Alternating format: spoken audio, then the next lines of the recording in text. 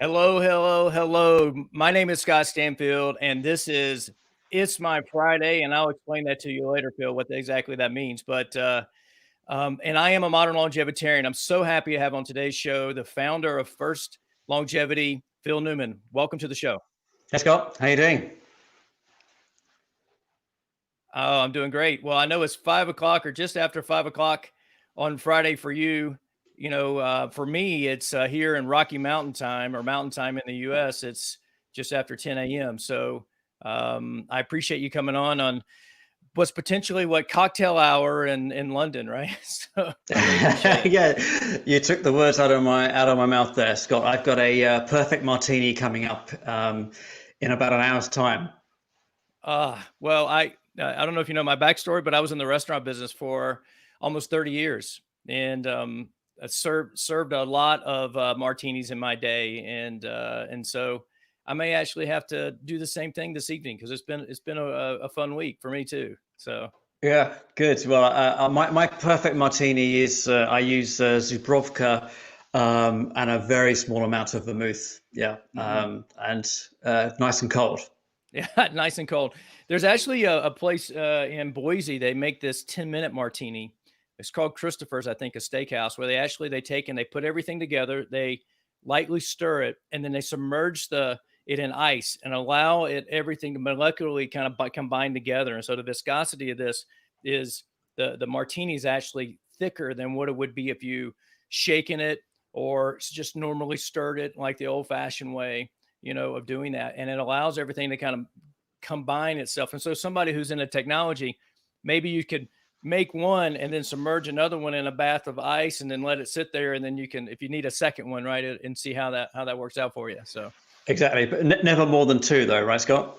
never, no. Well, the thing is when you look at the blue zones, right, they do drink, right. And then I interviewed Lucas Rockwood. He's the founder of Yoga Body, and he's from America, and he lives now in Barcelona.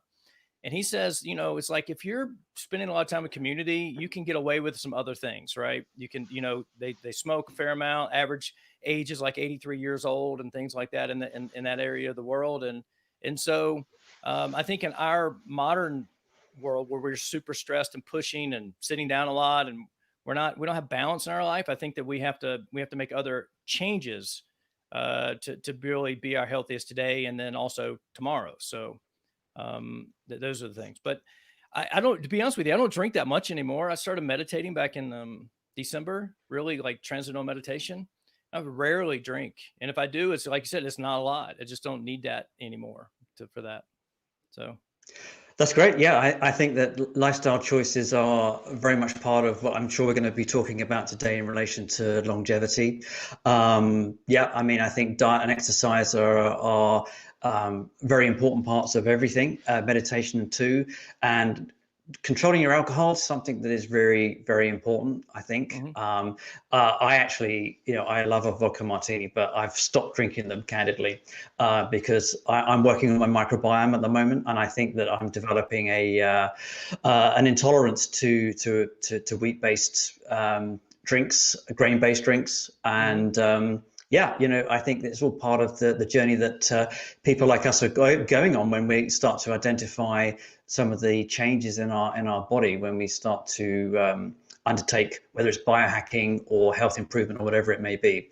And I guess that we are really at the front of an industry momentum that has really started to pick up this last year. In my own experience, I've seen an incredible amount of wellness and health span discussion driven by COVID. There's a lot of people talking about, the need to be healthy and lose weight and be ready for what's coming at us in terms of things like pandemics that may happen in the future. But the awareness of what's been going on in this space has grown significantly over this last year, which bodes well for 2021. Yeah, and we'll get into that, some numbers. I've actually seen some other interviews with you where you talk about some of those numbers of where the market's growing. But I wanted to first just ask you your background, how you got into the longevity space, and so if you can just expand on that or give us a little snippet on that. Yeah, well, I'm a sales and marketing guy.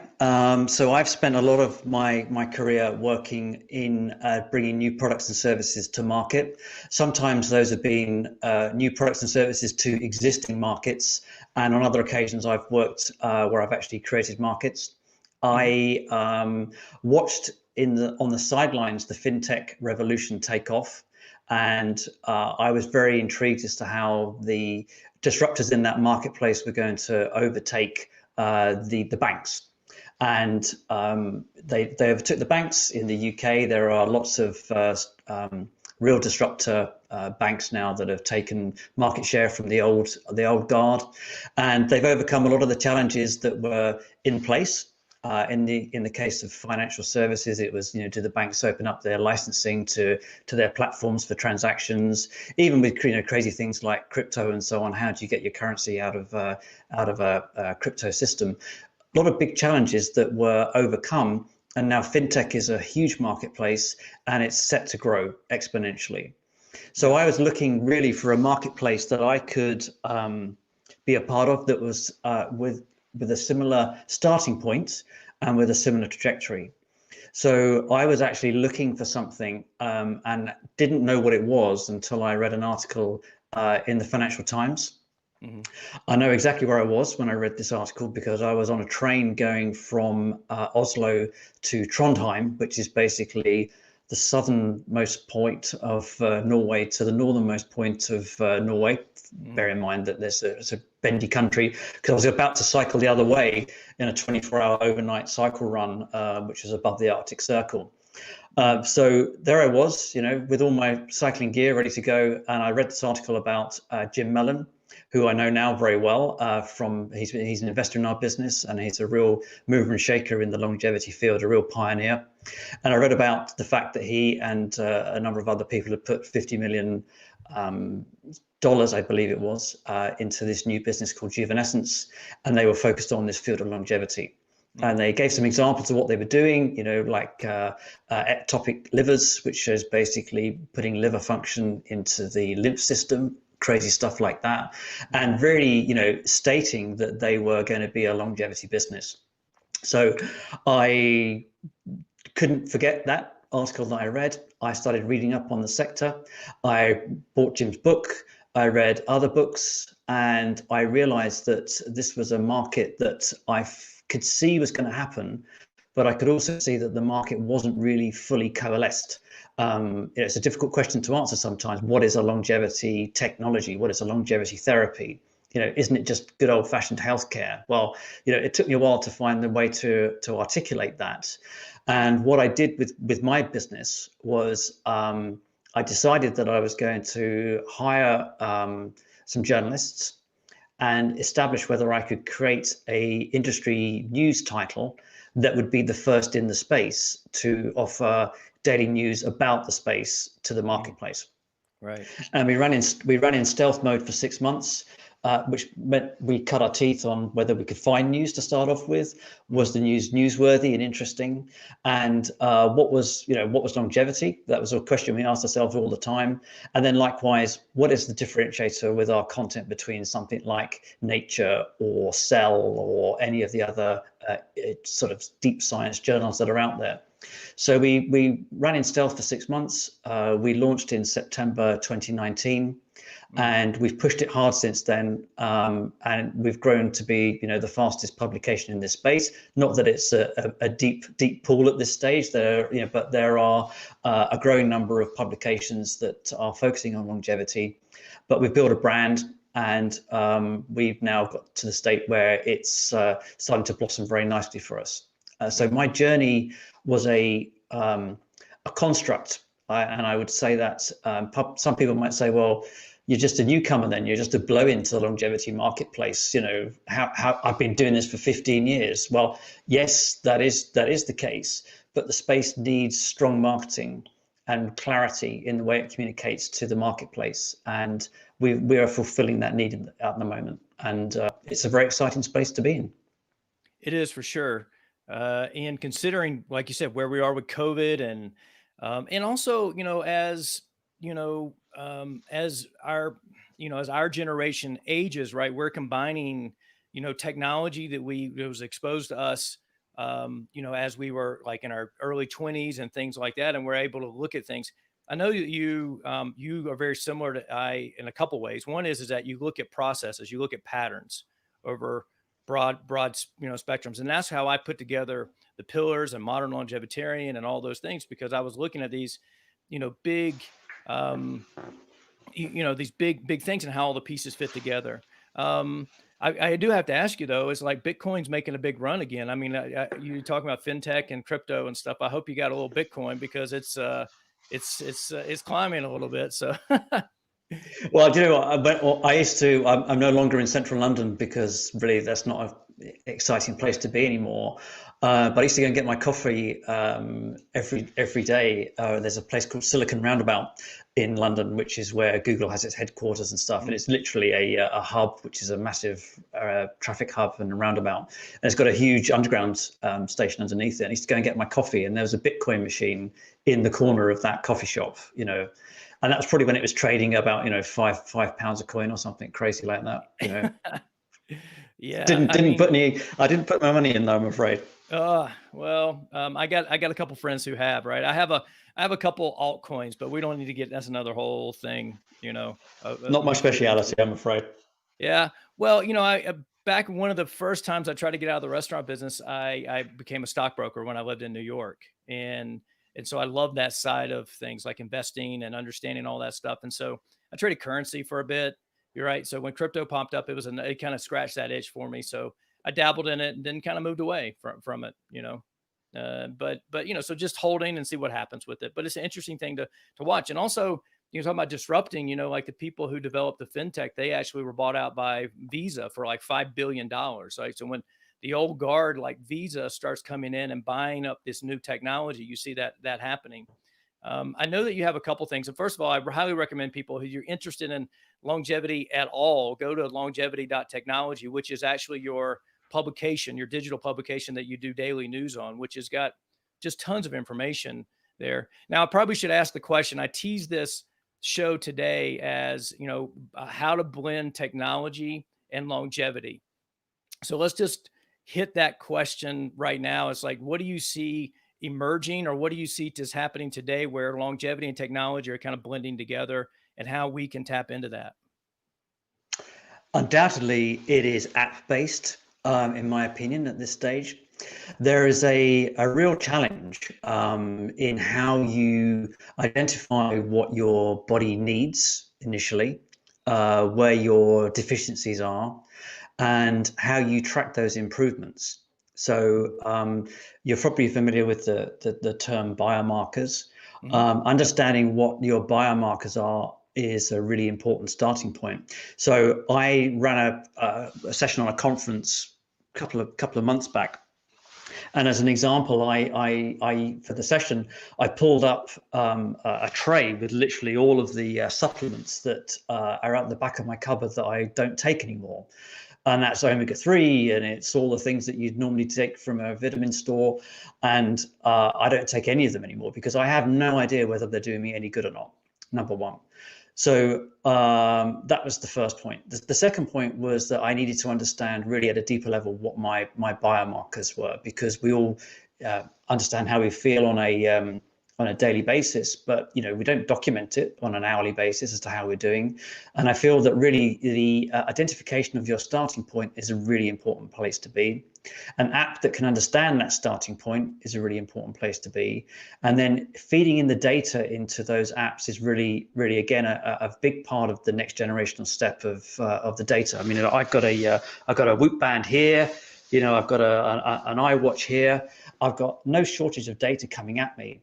But how I process all of that to understand whether that is positively or negatively affecting my health span initially, and therefore my longevity, is really, really tough. And it's a whole new set of vocabulary. I mean, these apps and devices are very focused on cardio, and that's a big part of surviving. Your heart stops, you're not going to be around much longer. But there are many other aspects to longevity: the microbiome, this, the interconnectivity between your cells. There's so much that is possible to be identified positively or negatively, and then tracking that is the next step. And I do strongly believe that services and apps that are going to help us understand that better are going to be, pushing beyond the biohacker community that, understand this stuff and into everyday life. Right. Well, you mentioned biohackers a couple times, and I've heard you say that biohackers don't really have a great reputation in the longevity community. Maybe if you can expand on the difference between the two, right? Yeah, well, I think I went to a biohacker conference, and I was really pleasantly surprised because I thought I read a book. There's a book called To Be a Machine, and that Hmm. was one of my early books that I read to understand whether there was something I should be focusing on in terms of longevity. And it was pretty dismissive of some of the extreme levels of biohacking, people that are injecting themselves with stem cells, people that are implanting, chips into their fingertips and all sorts of stuff. And I realized that actually that's a big misconception in the marketplace. Hmm. Biohackers are everyday people, they take cold showers, they make sure they get 8 hours sleep, they look at their diet, all of those things. And actually I genuinely was pleasantly surprised with what the biohackers do as a community, and realized, of course, that also that's a huge community as well. And then you've got people on the other side who are perhaps from the scientific sphere, who run institutions or they're professors or whatever it may be, spend an awful lot of time uh, immersed in deep science, possibly with a misconception of what actually biohacking is. Hmm. And really, what I'm seeing now is I'm seeing all of it coming together. You know, they're all talking about stress management. They're all talking about the right levels of sleep. They're all talking about alcohol intake, as we were talking about earlier. All of that combined then with the interventions to improve the yield you get from that good behavior. So really, it's all coming together. And I think that probably what's going to happen is that biohacking will be rephrased over a period of time into health hacking and ultimately health spam, which is what the medical community will embrace much more. So what will happen is, going back to this fintech analogy, is the big banks in the world of longevity are the big pharma companies. So Hmm. the big pharma companies, they're there. Their reason for being is to fix disease, is to fix problems, and really now the world is starting to get around the fact that actually you can mitigate those problems much sooner if you are working on intervening very early in issues that may exist, or in some cases not letting them happen at all because you're in a position where you're tracking early information. So I'm 53. I've got dementia in my family. I would love to know whether I've got plaque developing in my brain now, so I can do something about it in the next 25 years before I become a burden to my family or society. And that's kind of the stuff that's permeating through all the time now. And the UK government has a grand challenge. It has a goal to have an extra 5 years of healthy life for every UK citizen by, I believe, the year is 2035. And Hmm. they're actively putting their money into it. They're actively putting social engagement into it. And I think that this is just an example of how the medical community is moving more from the early intervention and prevention agenda as opposed to fixing diseases. Right. Part of my food and beverage background is I was a director of food and beverage at a hospital in Salt Lake City, Utah for over 3 years. And it was a long 3 years and 4 days for me. And I referred to it as the repair shop. It wasn't, thought when I took the job, it's going to be a place of healing and really healthy food and those type of things, but wasn't any of those things. It was completely different than what I had expected. And I worked there probably about 8 years ago, with this. And like for instance, a diet prescribed to somebody who has heart disease, they can't have cholesterol, so no butter, no cheese, none of those things, no high sodium. But they were feeding them trans fats like margarine and peanut butter that had hydrogenated oil in it and those type of things. And I was like, oh, these things cause cancer. So somebody who has heart disease, we're giving them food that actually is known to cause cancer. And so I had to produce a couple studies, to the dietitians and to show them that it was that was a connection there. Another thing, you have dementia in your family. I have cancer in my family. My dad had prostate cancer at age 55. My mom had uterine cancer about the same age. They're both survivors, and mom turned 70 next year, and dad's 72. And my dad's dad had passed away from cancer at 62. My uncle, who was by marriage, came into married my aunt. He was just 60 and a couple months old and passed away from prostate cancer. They didn't get it all in the chemo and the surgery and those type of things. And so before the word, and you mentioned the word health span, I used to say I'm trying to extend my prime years out for decades, which is really what health span really is. And not a lot of people are using that word. And so you talk about what you're doing. So I mean, we could get into microbiome and those things, but I just wanted to say that you and I are on the same page, I think, but you're taking a slightly different approach than what I am. And so I commend you, and it's really cool to see somebody even on another continent doing the same thing. So thank you. Well, that's very kind of you, Scott. I mean, I consider myself mid-Atlantic. I've spent a lot of my career in the States. All right. So most of our readership is in the States, and our audience. So yeah, I mean, the interesting thing, I guess, is that people are becoming aware of this, and I do feel that this is a beginning of something that's going to be very big. And really, our brief as a business is to cover the industry from a commercialization and growth perspective. So we're very interested in companies that are getting into the marketplace. How are they getting into the marketplace? How are they succeeding in the marketplace? We just pushed out an article today about Chromadex, who are behind the True Niagen NAD Plus supplement. Those guys are really growing fast. NAD Plus is one of those supplements that does have longevity track record. It's easily accessible for people to get, and there are going to be others coming downstream in that nutraceutical space, which is one part of a very exciting longevity product set. So we're seeing what's happening from a commercial perspective, and then we decided, really, once we got into really understanding that we were onto something with the publication, was that we were going to use the network that we've created to then start supporting those companies with equity investment to help them grow. And that's the next stage that we're moving into. That's 2021, where we're doing that in Q1, where we're going to be supporting those businesses with the investment and the investing partners that we've created. Right. And is that where the arm of your second arm, which is crowd longevity, is that where that's coming in? That's correct. Yeah. I mean, what we realized was that traditional investors still struggle with the term longevity. And it's one of those things where it's a matter of time. I used to hear the term snake oil all the time, and there was a point in me where I was kind of go, well, okay, I understand your perception of that, why you say that. But it's got to the point now where it really annoys me when people say that, because actually it's not snake oil. It's proven science. Yes, there are some people that are making claims in the marketplace that are stretching reality. They're not mis-selling. There's not much of that going on at the moment that I can see. The genuine companies are out there doing the right thing, but actually the scientific community is now getting behind this, and we're seeing more and more evidence all the time coming through of progress on the field of both health span and actual longevity. And really, these rejuvenation therapies, there are over 100 companies now that are working in senolytic therapies and other forms of rejuvenation, where they are initially looking to halt aging, to either slow it down towards the point where they can actually halt it, and there are some that are looking to reverse it. And that's really exciting. It's really, really early stage.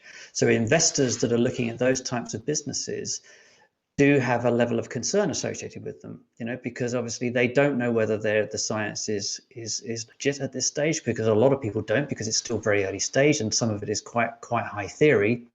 But likewise, there are companies that are making traction in the space and moving through the clinical pipeline, through those stages that obviously they need to do to prove safety and efficacy, to then actually try some of these therapies out on humans. But it's happening. It's happening at the pace that the market goes in terms of approvals, and it's very exciting to see. And there are more companies coming in all the time. And what we discovered really is that the investor community that's got an appetite for longevity It's pretty small still, and we have got a very unique position in that marketplace to be able to pull those people together. And that's what we're doing next year with Crowd Longevity. So we're looking to match funders who are professional investors. This is VC funds and angel funds with the private investor community, those people that are sophisticated investors or high net worth individuals, all with an interest and appetite for longevity. We're bringing them all together with the companies that we've already identified that are looking to fundraise, and we'll be doing that in the US actually next year from 2021, probably by February. Wow, that's amazing. I'm so excited to see what you have coming down the pipe with that. It's going to be, and where we are with this is just the very beginning. And if I hadn't have been furloughed from my job, I was working in Santa Monica, general manager of this restaurant that did, 900 up to 900 covers a day. And then I got furloughed, and really dear friend of mine, I've owned modernlongevitarian.com for 8.5 years, and I never did anything with it. And putting all these pieces together parallel with my normal career and trajectory in the restaurant world. And it's been an amazing journey already just in the time I've done it. One of the things is you also have Neurotech 2020 coming up that starts at the end of the month. So I actually applied and got approved to be a speaker in one of the longevity sessions. So great. Yeah, I'm excited about that. And so maybe let's talk about this event you have coming up that starts on November 30th. Yeah, very excited about it. We produced an event at the beginning of lockdown called Longevity 2020. And the reason I'm telling you about that is because that segues into what we're doing with Neurotech. I had one of those woke up at 3 a.m. moments where we'd all gone into lockdown, and I thought, do you know what? I'm going to put a show on. And I thought, I'm going to do it. So I actually got up. I decided to start building the website and the spec and moving towards building what was ultimately an event 6 weeks later that was very successful. And we managed to pull people together, obviously, from all over the world to participate in the field of longevity. And that is one of those areas where longevity is very wide, and it does segue into the neurotech industry. Now, neurotech is something that I personally have a lot of interest in from earlier parts of my career. I was working in the field of prosthetics, so I was working with mainly upper limb bionic technology. So this is replacement limbs, replacement fingers, the interaction between the human nervous system and the human control system and third-party devices. So that triggered my interest in science and technology as a career path a long time ago. And then when I looked at what Neuralink were doing in their first demo, Elon Musk's Neuralink, where they were putting an implant at that time behind the ear. They had, I think it was 3,000 microfibers going into the brain, and then reading the neural signals across the neurons, being able to understand and read those signals, not from a thought perspective, but from a motor control perspective. I thought to myself, wow, this is really, really interesting. This is a significant generational step in the field of neurotech. And I've worked with other companies in the past that are doing similar things. There's a company in Cambridge called Bios, very, very interesting group of people, very talented young team, and they're doing very similar things. And what they're doing is they're moving into the space where they can read neural signals, they can tune out the noise using AI, because obviously there's a lot of noise in the body. And the signals get more fragmented the more peripheral you get, so the nerve signals are slower at the fingertips and harder to read. But in fact, what they're doing is they're actually being able to read our thought signals. And then you can segue that into how you talk to organs, how organs talk to each other, how the body talks to devices, how the body talks to the cloud, and how the brain talks to the cloud. And, as a science fiction reader, not that often these days, I'm too busy reading stuff on the science side of things, not science fiction. But actually the thought of people being able to retire one day to the cloud without the burden of a physical body, there are some people in the longevity field that consider that to be an option. And I would say one day that is something that is going to happen. There's a long way to go between that state and our current state. But I do feel that there's a very significant overlap between neurotech and longevity. So we're taking responsibility for 2 days out of the 10 days for the neurotech event for the longevity agenda. And that's everything from vagal nerve stimulation, which is all part of increasing your health span over a period of time, through to the sort of stuff that is, a little bit on the edge, which is the concept of retiring to the cloud and living that existence, that sort of Black Mirror type existence. So we're working with the founders of neurotech.com. So those guys have got a huge database of all of the neurotech businesses. So we're segueing across different sectors. So we've got the consumer sector. So we've got brands like Muse, Apollo, who have got all of these very interesting devices that are interacting with between the device and the human. Mm-hmm. So that's coming up. Starts on the 30th of November, and we're running it for 10 days over 2.5-hour blocks during Monday to Friday over those 2 weeks. So it's great you're joining us, Scott. I didn't know that. That's pretty good. Yeah. Well, I thought maybe I got it because you said yes to the show. I didn't know Well, it's one of those things where, scalability of our business is really important. So I've got a great team of very talented people, which is growing all the time. Got a new hire joining us on Monday, which I'm excited about. And the whole point of our business now is to scale and grow as quickly as we can in the longevity sphere. And I've got a great team. Some of them will be watching today just to see if I slip up, I'd imagine. Yeah, well, they may be, right. My interview yesterday had a couple, Carrie Luxem, she's big in the restaurant space here in the US, and she had a couple of her team members on too. So I know that may be happening. And there's probably, and I failed to mention earlier that I'm part of the Spirituality Gone Wild network, and I know they have there may be some people watching me as well. Make sure I hit all my points and stuff. But you have access to all of this stuff. I think I've been putting this together for a large portion of my life, right? And putting these pieces together. You're reading all the scientific studies and the work that's going on. I wonder how you're applying this type of knowledge to your life. You mentioned your microbiome a couple times. So, what are you doing to bolster your microbiome? Let's start with that.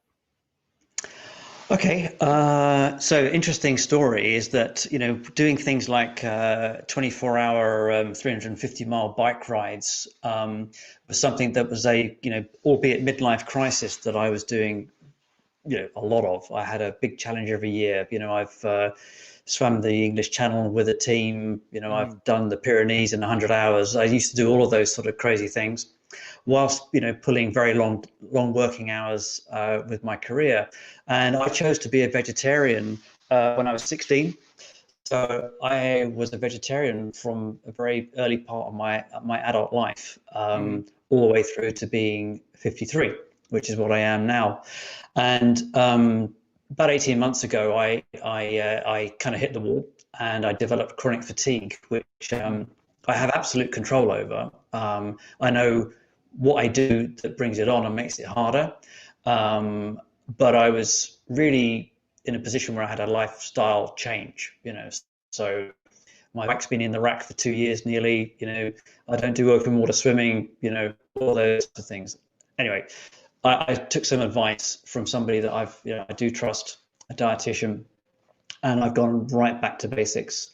As I mentioned earlier, I'm not taking any supplementation. I have been put on a meat-based diet based on my metabolic type. So I've done a lot of metabolic typing. I'm a classic omnivore, and I'm really controlling my diet now. But I'm also looking at a lot of my biomarkers. So I've taken a lot of tests, cortisol tests, testosterone tests, blood tests. I've had them all, as you can imagine. And what I'm looking to do, based on the early discussion that we had about biomarkers, is really to understand how I can adjust the inflammation in my body, which is really what a lot of chronic fatigue is about, and how I can reduce that inflammation, boost my energy levels, and get myself back on a trajectory where perhaps I one day will be able to, get on a bike and do another 25 miles, rather than nothing at the moment. So I'm working on that. So in this particular state, I'm spending a lot of time on my microbiome and tracking what's happening with my gut health. That's the first part. The next step will be going to supplementation. So I am starting to take some supplements now. Nothing crazy, but there are specific types of supplements that I've been on, and I'm using those to help my health. And I will be moving as quickly as I can into NAD Plus. I would love to start taking NAD Plus because I haven't yet. And then once I've got to a level of confidence that I can start to further experiment with supplementation, then I'll be doing that. Absolutely. Right. So is NAD Plus, is that similar to or NMN? Is that what that is? Yeah, that's right. It's the same. It's the same category, and there are a number of players now that are in the NAD Plus marketplace.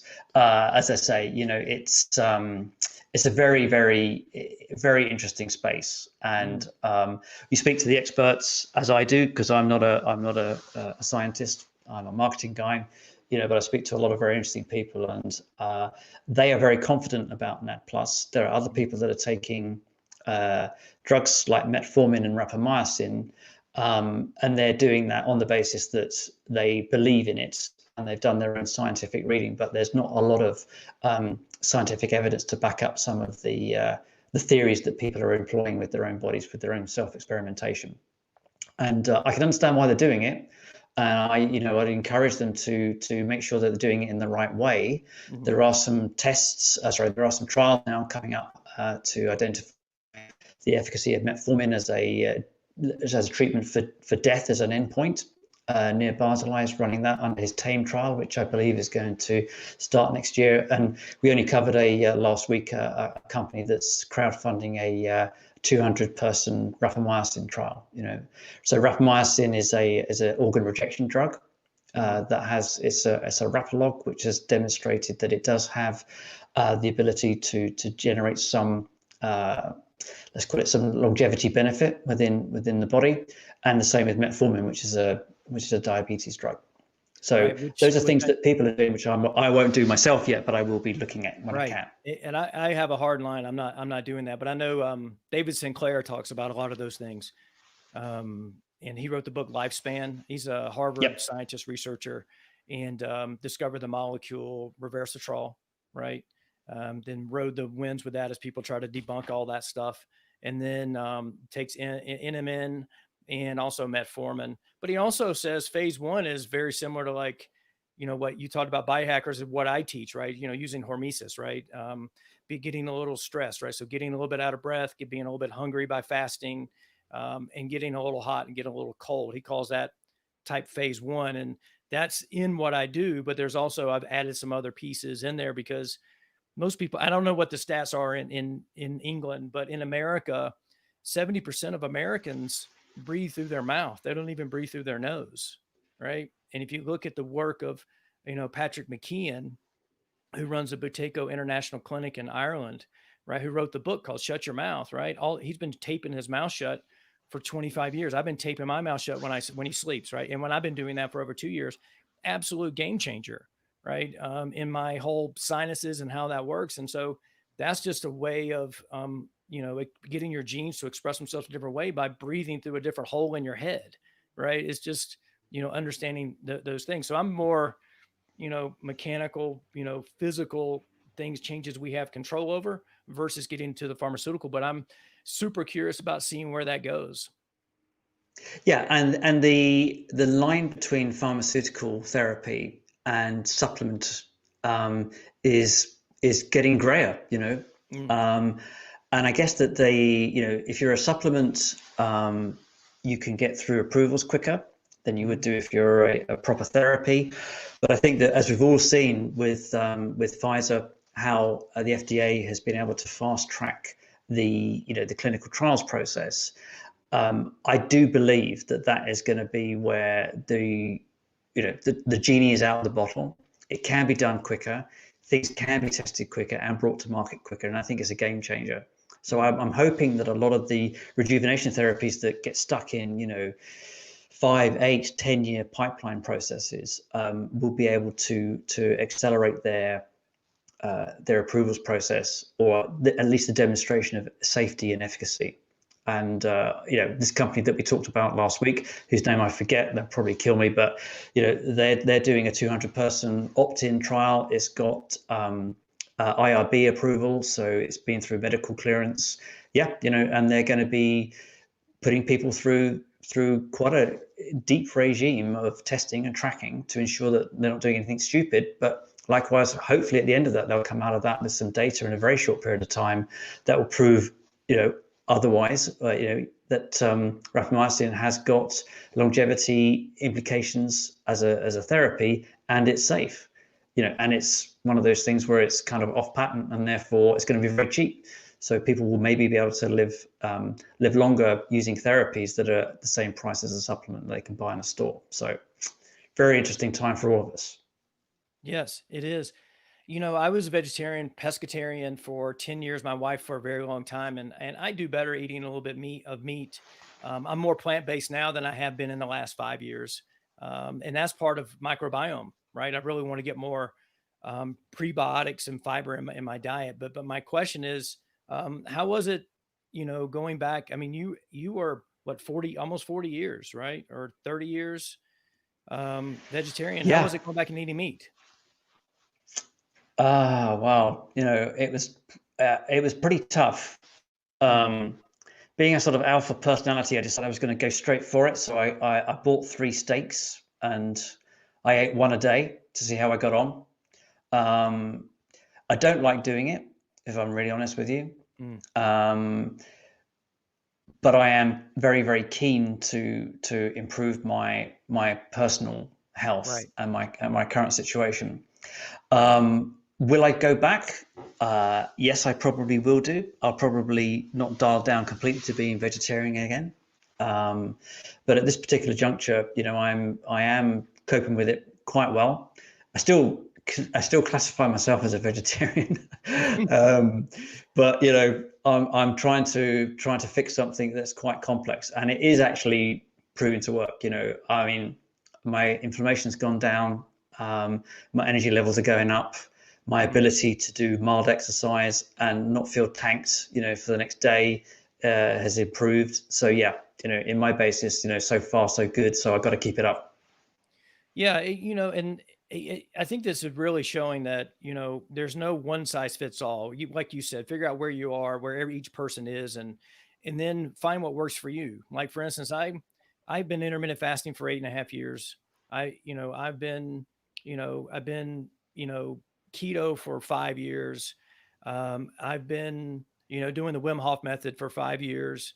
I've been doing, these type of things. I've been meditating for almost a year for longer than that, but specifically with Transcendental.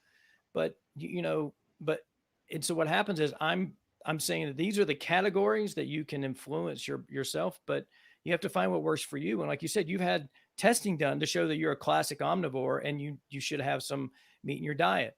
Somebody asked me the other day, they're like, I think the reason you do so good on keto because your blood type. I'm an O positive, right? So there may be, and I haven't gone through the testing that you have, but I've done the self test to kind of figure out what works for me. And so you've basically you've sped up the process, right? By doing getting the biomarkers tested and those type of things. So yeah, and I haven't done anywhere near what a lot of other people do based on the biomarkers that are available out there. So it's a classic DNA methylation test, which will give you your metabolic age, versus your chronological age. Now, I haven't gone into that yet. I will be. I absolutely will be.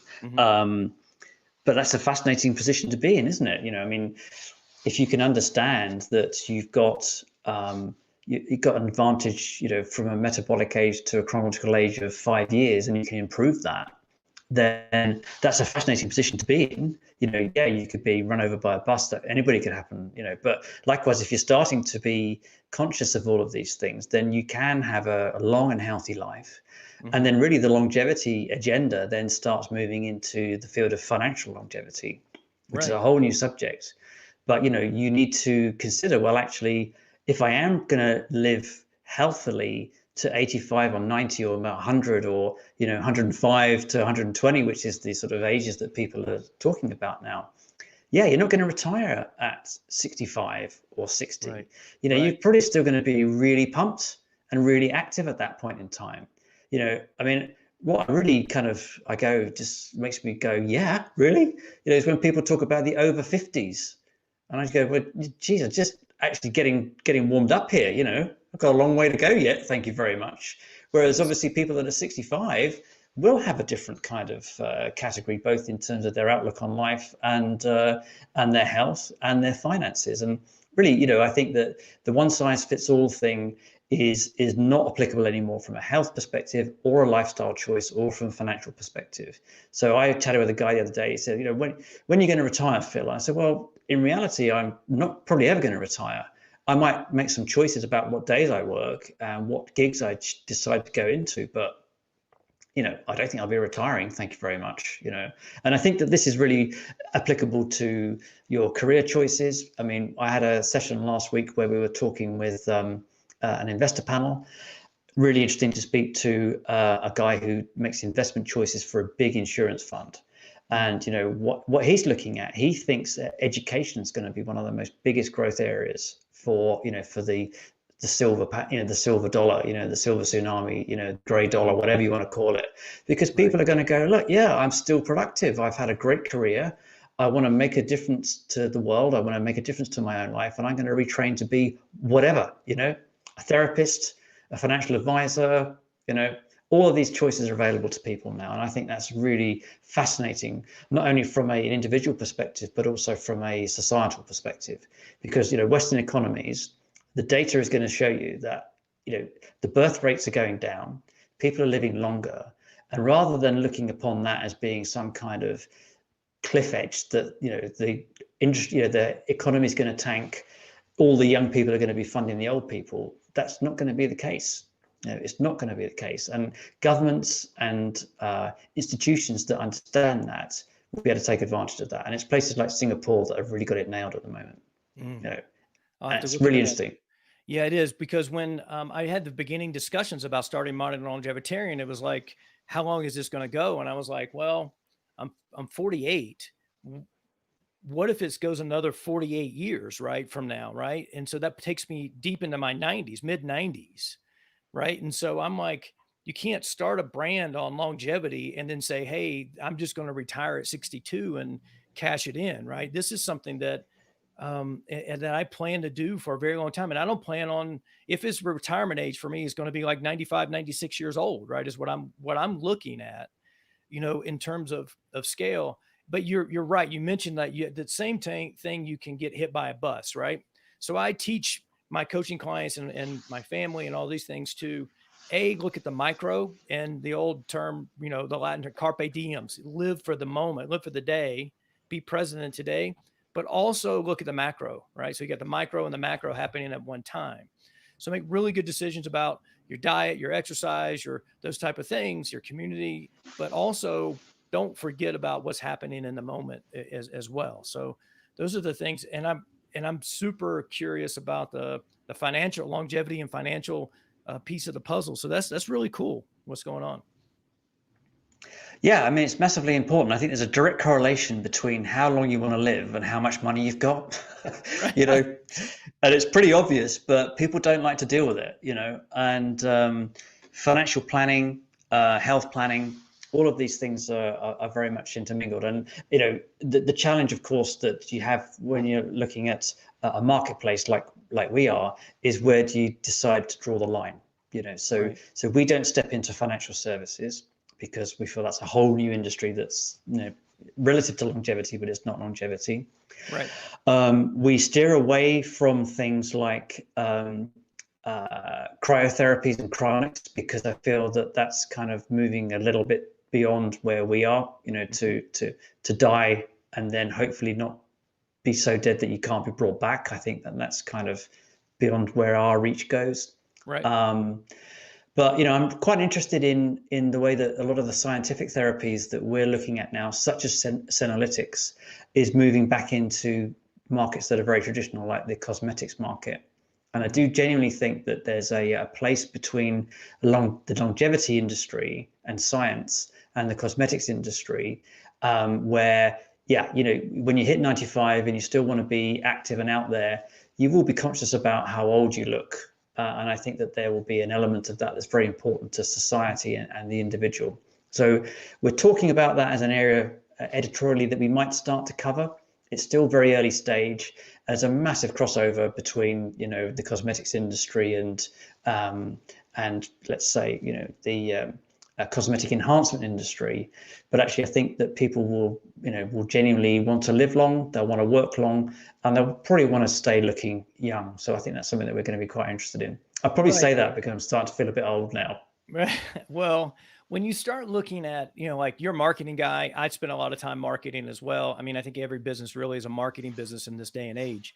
When you start looking at search terms, right, just doing a simple search term for anti-aging, you're going to get things like wrinkle creams and things like popping up inside of that, because people may not be willing to make the changes that you've made in your diet or the things that I do, but they still want to look young, right?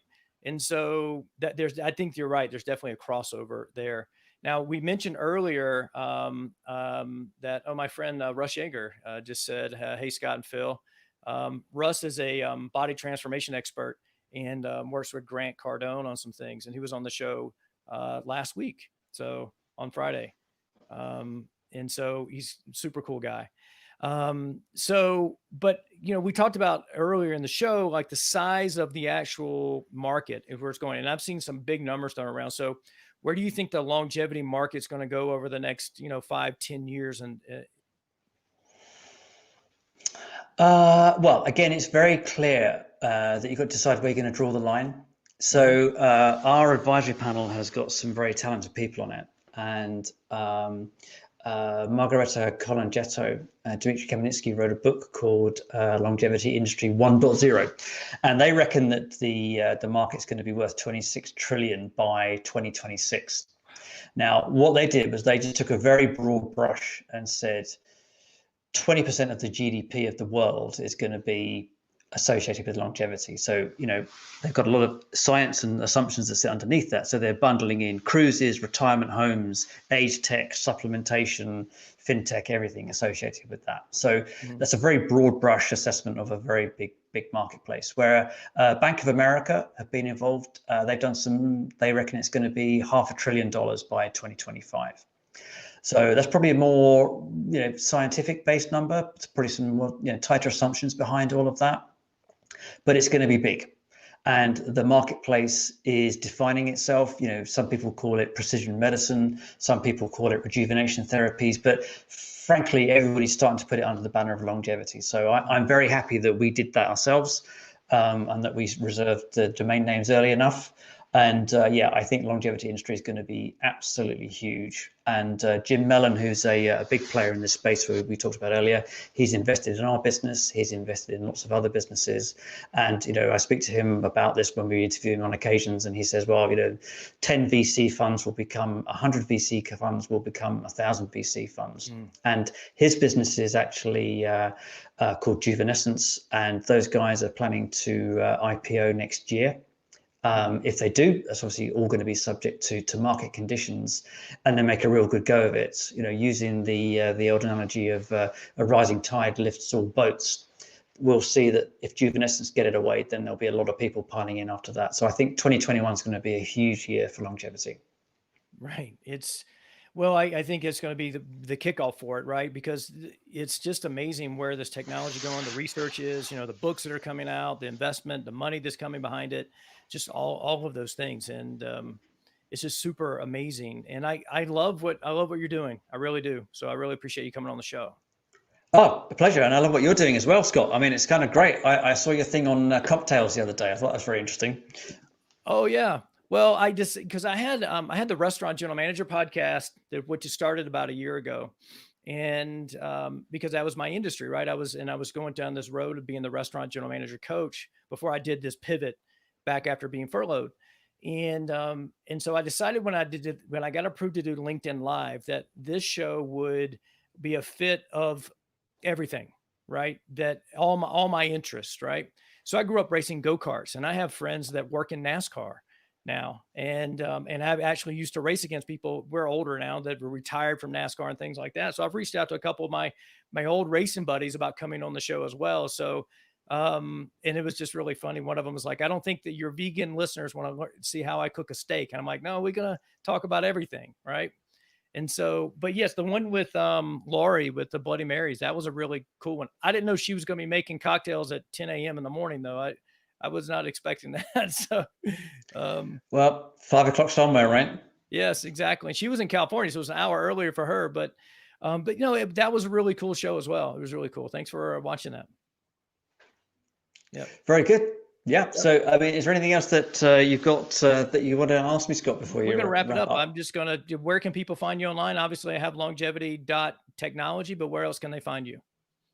So very simple, 2 domains. There's, as you say, first longevity.technology, which is our daily news site, and firstlongevity.com is our parent business, which is owns the brands and is going to be launching the crowd platform in 2021, Jan 2021.